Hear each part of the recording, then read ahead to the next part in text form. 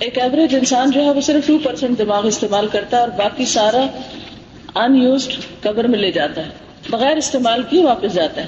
تو ہمیں جو فوقیت حاصل ہے باقی ساری مخلوق پر، وہ دماغ کی وجہ سے ہی ہے، سوچنے کی وجہ سے ہی ہے، عقل ہی کی وجہ سے ہے. اور اگر ہم عقل ہی کا استعمال نہیں کرتے یا اپنے ذہن کا ہی استعمال نہیں کرتے تو ہم بہت بڑا نقصان کرتے ہیں اپنا. تو جو صلاحیتیں اللہ تعالیٰ نے ہمیں دی ہیں، ان کا استعمال اور بہترین استعمال دراصل ان نعمتوں پر اللہ تعالیٰ کا شکر ادا کرنا ہے. اس کے بغیر شکر ادا ہی نہیں ہو سکتا جب تک کہ آپ انہیں استعمال نہ کریں. تو اس لیے چاہے مشکل ہو لیکن پھر بھی آپ شکر ادا کریں کہ آپ کو اپنا ذہن استعمال کرنے کا ایک موقع ملا ہے. اور جی آپ کچھ کہیں؟ اس کے متعلق ایک بات ہے کہ جب انسان کو بولنے کی بیماری ہو جائے تو یہاں پہ کہتے ہیں کہ وہ دوسری زبان سیکھنی شروع کر دے تو اس کی جو بولنے کی بیماری ہے وہ ٹھیک ہونی شروع ہو جائے. تو اس سے ہمارے لیے تو اس سے بہتر اور کوئی طریقہ نہیں کہ ہم قرآن کو یاد کرنا شروع کر دیں یا قرآن کو پڑھنا شروع کر دیں. جی ہاں، یعنی اپنی صلاحیتوں کو ایک بہتر طریقے پہ چینلائز کریں تو زیادہ فائدہ ہوگا. آج صبح میں ایک تحریر پڑھ رہی تھی کہ کسی پروفیسر سے یہ پوچھا گیا کہ آپ کے نزدیک تعلیم یافتہ ہونے کی علامت کیا ہے، کیسے پتہ چلے کہ کوئی شخص ایجوکیٹڈ ہے یا نہیں. تو اس نے جواب دیا کہ وہ شخص جو نہیں سے ہے کی تخلیق کر سکے. یعنی ایک ہم کہتے ہیں نا نو، نہیں ہو سکتا، یہ کام نہیں ہو سکتا، میں نہیں کر سکتا. تو جو نہیں کو ہے میں بدل دے وہی تعلیم یافتہ ہے. تو آپ کو ایک چیز نہیں آتی، آپ ایک چیز نہیں کر سکتے اور اب اس کو کر سکتے ہیں یا کر سکے تو یہی تعلیم یافتہ ہونا ہوتا ہے. اور کسی بھی انسان کے باشعور ہونے کی ایک پہچان ہے کہ وہ نہیں کو ہے میں بدل دے.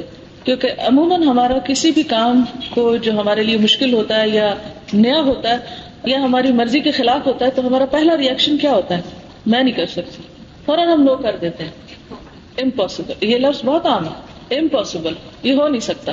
تو یہ جو کہنا ہے امپاسبل، یہ کوئی پسندیدہ بات نہیں. مثبت سوچ کیا ہے کہ ٹھیک ہے مشکل ہے لیکن ہو جائے گا. اور یہ نہیں کہ صرف یہ بات ترجمہ یاد کرنے کے لیے ہے. یہ جتنے بھی آپ کی زندگی میں کام ہیں، مشکلات ہیں، چیلنجز ہیں، آپ کو جو بھی، ان سب کے لیے حل یہی ہے کہ آپ جہاں بھی نہیں ہے، مثلاً کوئی سی مشکل انسان سے آپ کا واسطہ پیش آ کے، گھر میں مشکل اور آپ اجازت مانگتے ہیں پڑھنے کی اور وہاں سے جواب ملتا نو. تو اب اس میں کیا ہے؟ اس نو کو یس میں بدلنا جو ہے یہی باشعور ہونا. یعنی اب آپ کا ایک ٹیسٹ ہے، آپ کا ایک امتحان ہے کہ آپ اپنے ذہن کو، اپنی صلاحیتوں کو، اپنی سمجھداری کو کیسے استعمال کرتے ہیں کہ اس نو کو یس کروائیں. مثلاً آپ اس علم کو گھر جا کے شیئر کرنا چاہتے ہیں، کوئی سننے کو تیار نہیں.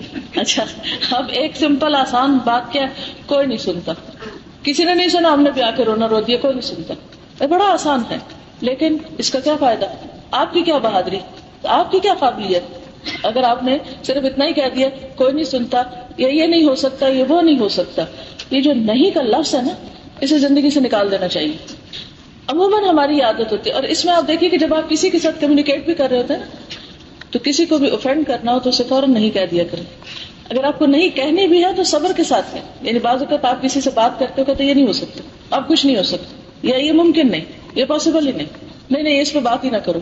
یہ ایک نیگیٹو اپروچ ہے لائف کے بارے میں، اور ایسا کرنا ایک مایوسی کا پیغام دیتا ہے. تو اگر آپ واقعی اس ناکامی سے بچنا چاہتے ہو جو پہلے دن میں نے آپ سے کہا تھا کہ لٹل ہائر ایوری ڈے، ایک سٹیپ اوپر، اگر آپ آج اپنے آج کو اور آج کے بعد اپنے کل کو آج سے زیادہ بہتر بنانا چاہتے ہیں تو پھر ہارڈ شپس تو ہوں گی، نہیں تو بہت آئے گی، ناپسندیدہ چیزیں آئیں گی، لیکن ان ساری نہیوں کو کٹ ڈاؤن کر کے پھر ہی آپ آگے بڑھ سکتے ہیں.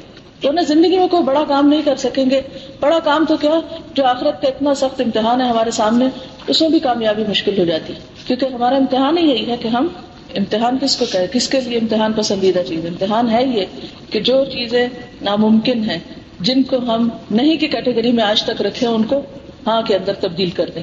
اپنا پورا اوور آل ایٹیٹیوڈ ہمیں تبدیل کرنا ہے، اور جب تک یہ تبدیل نہیں ہوگا اس وقت تک بات نہیں بنے گی. تو یہ سوچنا چھوڑ دیں کہ یہ ہم کر نہیں سکتے. تھوڑا کریں، کم کریں، لیکن کر سکیں. جب یہ خیال ہے کہ میں نہیں کر سکتی تو آپ نے اس بات کو یاد رکھنا ہے کہ نہیں، پھر میں باشعور نہیں ہوں. باشعور انسان ہے ہی وہ جو نہیں کو ہاں میں بدلے کہ میں کر سکتی اور اللہ کی مدد سے کر لوں گی انشاءاللہ. یہ جو کر سکنے کا ایک عزم اور ارادہ ہوتا ہے نا، یہی کسی انسان کے کریٹو ہونے کی علامت ہے. اور جو کریٹو ہوتا ہے وہی آگے بڑھتا ہے، اور جو کریٹو نہیں ہوتا وہ بس گزارا کر رہا ہے جو اس کے حالات ہیں، بے بسی، لاچارگی اور مجبوری کی حالت میں، بس ٹھیک ہے جیسے بھی گزر رہی ہے گزارتے. ایسا جینا کیا جینا، ایک دفعہ تو زندگی میں لیے اسے اتنے خوبصورت طریقے سے گزارے کہ کل کو بھی آپ کو اپنی پچھلی زندگی پر ایک خوشی محسوس ہو، اور اس وقت آپ اپنا نامہ اعمال دیکھیں تو آپ کہیں کہ انا کنا فی اہلنا مشفقین، اور اللہ تعالیٰ فرمائے کھاؤ پیے مزے کرو اس وجہ سے جو تم پچھلے دنوں میں کر کے آئے ہو. تو اگر یہاں کیا ہی کچھ نہیں تو کس چیز کے مزے کرو. سبحانک اللہم وبحمدک نشہد ان لا الہ الا انت نستغفرک ونتوب الیک. والسلام علیکم ورحمۃ اللہ وبرکاتہ.